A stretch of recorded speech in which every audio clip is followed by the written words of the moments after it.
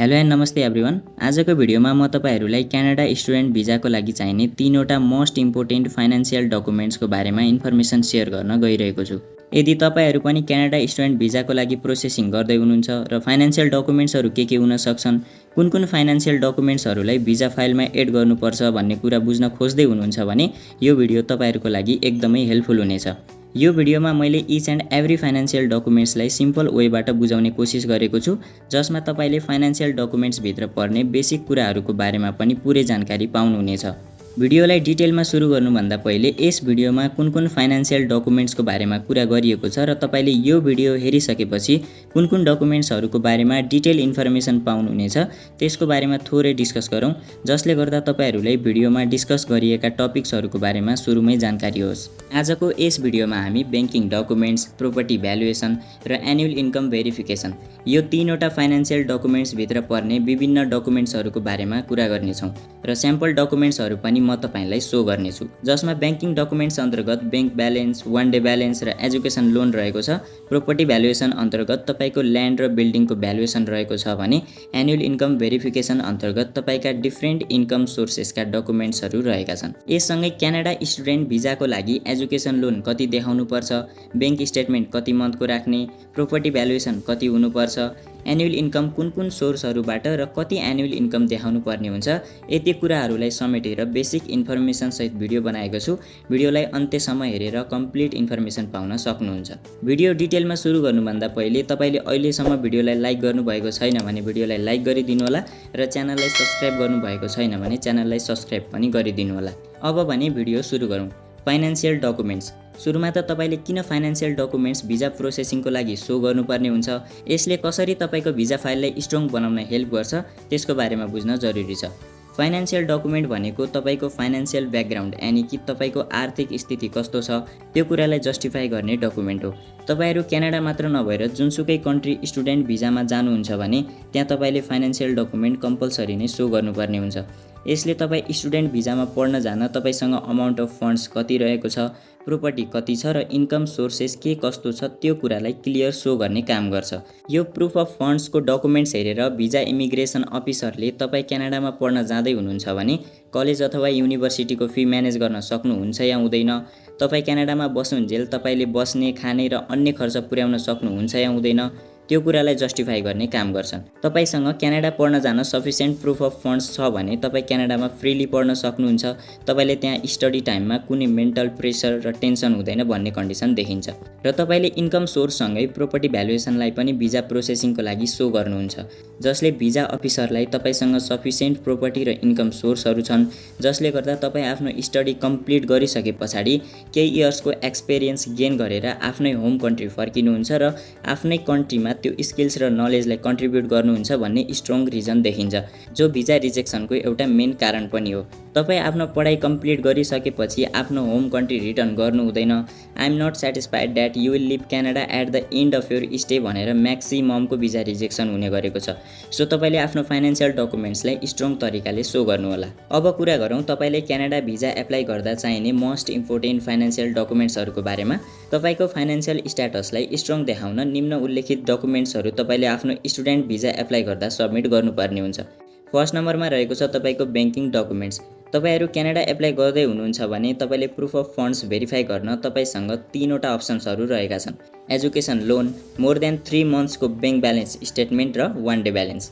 Talking about the education loan, तपाईले क्यानाडाको लागि अराउन्ड 50 लाख लोन एरेन्जमेन्ट गरेर देखाउनु पर्ने हुन्छ according to your tuition fees. यसमा पनि कसैले रियल एजुकेसन लोन नै लग्नुहुन्छ भने कसैले पेपर लोन मात्रै गरेर पनि भिजा एप्लाई गरिरहेका छन्। रियल लोनमा के हुन्छ भने तपाईको लोन एप्रुभड भइसकेपछि तपाईको आफ्नो पढाइ खर्चसँगै क्यानाडामा बस्दाको लिभिङ एक्सपेन्सेसहरुको लागि पनि तपाईले बैंकबाट नै क्याश लिन सक्नुहुन्छ। यसको लागि प्रोसेस के हुन्छ भने यसमा तपाईहरुले बैंकलाई सम्पूर्ण डकुमेन्ट्सहरु बैंकको रिक्वायरमेन्ट्स अनुसार सबमिट गर्नुहुन्छ।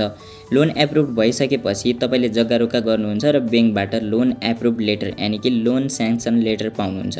यसमा तपाईले कति अमाउन्टको लोन लिन खोज्नु भएको छ त्यो अमाउन्ट सहित लोन रिलेटेड सम्पूर्ण टर्म्स एन्ड कन्डिसन्सहरु इन्क्लुड गरिएको हुन्छ। अब तपाईले जति अमाउन्टको लोन लग्नु भएको छ त्यो अमाउन्ट मध्ये तपाईलाई जति आवश्यक पर्छ त्यति अमाउन्ट चाहिँ तपाईले बैंकको थ्रुबाट आफ्नो पर्सनल लोन अकाउन्टमा ट्रान्सफर यानी कि डिस्बर्स गर्नुहुन्छ। फर इक्जाम्पल तपाईले 50 लाखको रियल लोन लग्नु भएको छ तर तपाईले अहिले कलेज फी 20 लाख पठाउनु पर्ने छ भने तपाईले 20 लाख आफ्नो खातामा डिस्बर्स गर्नुहुन्छ र तपाईले कलेज फी पे गर्नुहुन्छ। यसमा तपाईले बुझ्नुपर्ने अर्को कुरा के छ भने तपाईले 50 लाख लोन लग्नु भएको छ भने 50 लाखको नै इन्ट्रेस्ट तिरिराख्नु पर्दैन। तपाईले त्यसमध्ये जति अमाउन्ट खर्च गर्नुहुन्छ त्यो खर्च गरेको अमाउन्टको मात्र इन्ट्रेस्ट बैंकलाई पे गर्नुहुन्छ। तर यदि तपाईले पेपर लोन गर्नुहुन्छ भने त्यहाँ तपाईले इन्ट्रेस्ट तिरिराख्नु पर्दैन। अहिले म्याक्सिममले पेपर लोन लिएर भिजा एप्लाई गरिरहेका छन् in comparison to real loan. Paper लोनमा तपाईले बैंकबाट लोन स्याङ्सन लेटर मात्रै पाउनुहुन्छ। पेपर लोन गर्दा तपाईलाई बैंकले कुनै पनि क्याश प्रोभाइड गर्दैन। यसमा तपाईले आफ्नो कलेज फी र लिभिङ एक्सपेन्सेसको लागि पर्सनल क्याश युज गर्नुपर्ने हुन्छ। डकुमेन्टेसनको कुरा गर्दा पनि पेपर लोन चाहिँ अलिकति इजी हुन जान्छ रियल लोनको भन्दा। तर पेपर लोन सबै बैंकले भने प्रोभाइड गर्दैन। तपाईले यसको लागि नियरेस्ट अभाइलेबल बैंकहरुमा गएर बुझ्न सक्नुहुन्छ। क्यानाडाको लागि तपाईलाई डिस्बर्समेन्ट नेसेसरी नै छैन तर तपाईले आफ्नो भिजा फाइललाई स्ट्रङ गराउनको लागि डिस्बर्समेन्ट गरेर पनि भिजा एप्लाई गर्न सक्नुहुन्छ। और तपाईले विदाउट डिस्बर्समेन्ट यानी कि लोन अरेन्जमेन्ट मात्रै देखाएर पनि भिजा एप्लाई गर्न सक्नुहुन्छ। तपाईले एजुकेसन लोन कसरी लिने, बैंकलाई कुन डकुमेन्ट्सहरु सबमिट गर्नुपर्छ, डकुमेन्ट्सहरु कहाँबाट र कसरी गराउने र तपाईले बैंकबाट कुन डकुमेन्ट्सहरु पाउनुहुन्छ त्यसको बारेमा डिटेल इन्फर्मेसन चाहनुहुन्छ भने माथि आई आइकनमा भिडियो लिंक देखिरहनु भएको छ होला, त्यसमा क्लिक गरेर हेर्न सक्नुहुन्छ। मैले लिंक तल पनि राखिदिएको छु। यो भिडियो सकिएपछि तपाईलाई आवश्यक पर्छ भने चेक गर्नुहोला। अर्को अप्सन भनेको तपाईले एजुकेसन लोनको सट्टामा अराउन्ड 50 लाख जतिको एटलिस्ट 3 मन्थ्सको बैंक स्टेटमेन्ट राखेर पनि क्यानाडा भिजा एप्लाई गर्न सक्नुहुन्छ। यदि तपाईहरुसँग यो दुईटै अप्सन अभाइलेबल छैन तर तपाईहरुलाई any how Canada visa apply गर्नु छ भने तपाईहरुले 1 डे ब्यालेन्स देखाएर पनि भिजा एप्लाई गर्न सक्नुहुन्छ। यसको लागि तपाईले एक दिनको लागि आफ्नो फ्यामिलीको अकाउन्टमा 50 लाख जति राखेर 1 डे बैंक ब्यालेन्स सर्टिफिकेट गराएर पनि भिजा एप्लाई गर्न सक्नुहुन्छ। अहिलेको ट्रेन्ड हेर्दा म्याक्सिममले 1 डे ब्यालेन्स राखेर भिजा एप्लाई गरिरहेका छन्। यो अलिकति रिस्की चाहिँ छ तर भिजा रेट भने अहिले चाहिँ राम्रो नै छ। यदि तपाईले 1 डे बैंक ब्यालेन्स देखाउँदै हुनुहुन्छ भने तपाईले यो 1 डे बैंक ब्यालेन्सको सोर्स यानी कि तपाईले कसरी यत्रो पैसा जुटाउनु भयो यसको स्रोत देखाउन सक्नु भयो भने यो तरिका अलि सेफ हुन सक्छ। तर without any supporting documents just 1 day bank balance सर्टिफिकेटले मात्रै एप्लाई गर्नुहुन्छ भने यो अलिकति रिस्की हुन सक्छ तर गर्नेहरूले यसरी पनि गरिरहेका छन्। नेक्स्ट डकुमेन्ट रहेको छ प्रोपर्टी भ्यालुएसन। क्यानाडाको लागि तपाईले प्रोपर्टी भ्यालुएसन अराउन्ड 2 करोड अथवा सो भन्दा बढीको देखाउनु पर्ने हुन्छ। तपाई क्यानाडाको लागि प्रोपर्टी भ्यालुएसन गर्दै हुनुहुन्छ भने तपाईले दुईवटा ठाउँहरुबाट आफ्नो प्रोपर्टी भ्यालुएसन गराउन सक्नुहुन्छ। एउटा रहेको छ तपाईको वार्ड अफिसबाट, अर्को भनेको कुनै इन्जिनियरिङ कन्सल्टेन्सीबाट। यदि तपाईहरुले प्रोपर्टी भ्यालुएसन वार्डबाट गराउनुहुन्छ भने तपाईले नर्मली 10,000 जति ट्याक्स वार्ड अफिसलाई पे गर्नुहुन्छ भने यदि तपाईहरुले इन्जिनियरिङ कन्सल्टेन्सीबाट यानी कि इन्जिनियरको थ्रुबाट प्रोपर्टी भ्यालुएसन गराउनुहुन्छ भने तपाईले बिलो 5,000 मा आफ्नो प्रोपर्टी भ्यालुएसन गराउन सक्नुहुन्छ। यदि तपाईहरु अस्ट्रेलिया, क्यानाडा लगायत अन्य थुप्रै कन्ट्रीको भिजा प्रोसेसिङमा हुनुहुन्छ र प्रोपर्टी भ्यालुएसनको लागि जेन्युइन इन्जिनियरिङ कन्सल्टेन्सी खोजिरहनु भएको छ भने तपाईले यसको लागि डिस्क्रिप्सनमा दिएको WhatsApp नम्बरमा कन्ट्याक्ट गर्नुहोला। हामी तपाईलाई एकदमै अफोर्डेबल रेटमा प्रोपर्टी भ्यालुएसन गरेर दिनेछौँ। नेक्स्ट डकुमेन्ट रहेको छ annual income verification. Canada student visa apply गर्दै हुनुहुन्छ भने तपाईले फ्यामिलीको एनुअल इन्कम 30 लाख प्लस देखाउनु पर्ने हुन्छ। तपाईले आफ्नो एनुअल इन्कम डिफ्रेन्ट इन्कम सोर्सहरुबाट देखाएर आफ्नो annual income verification certificate ward अफिसबाट गराउन सक्नुहुन्छ। तपाईको एनुअल इन्कम सर्टिफिकेट यस्तो प्रकारको रहेको हुन्छ। यसमा तपाईले जुन सोर्सबाट जस्तै स्यालेरी, ल्यान्ड लिज, बिजनेस जस्ता इन्कम सोर्सहरुलाई इन्क्लुड गरिएको हुन्छ विथ इन्कम अमाउन्ट। तपाईहरुले कुन इन्कम सोर्सहरुबाट एनुअल इन्कम देखाउन सक्नुहुन्छ भने income from business, income from salary, agriculture, foreign income, pension income, house rent र ल्यान्ड लिजहरुबाट देखाउन सक्नुहुन्छ। क्यानाडा भिजा एप्लाई गर्दा तपाईले डिफ्रेन्ट एनुअल इन्कम सोर्सको डिफ्रेन्ट सपोर्टिङ डकुमेन्ट्सहरु भिजा फाइलमा एड गर्नुपर्ने हुन्छ। जति सपोर्टिङ डकुमेन्ट्सहरु राखेर इन्कम सोर्सलाई जस्टिफाई गर्नुहुन्छ त्यति नै तपाईको भिजा लाग्ने चान्स एकदमै हाई हुन्छ।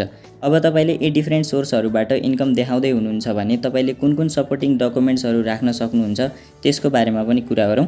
फर्स्टमा रहेको छ इन्कम फ्रम बिजनेस।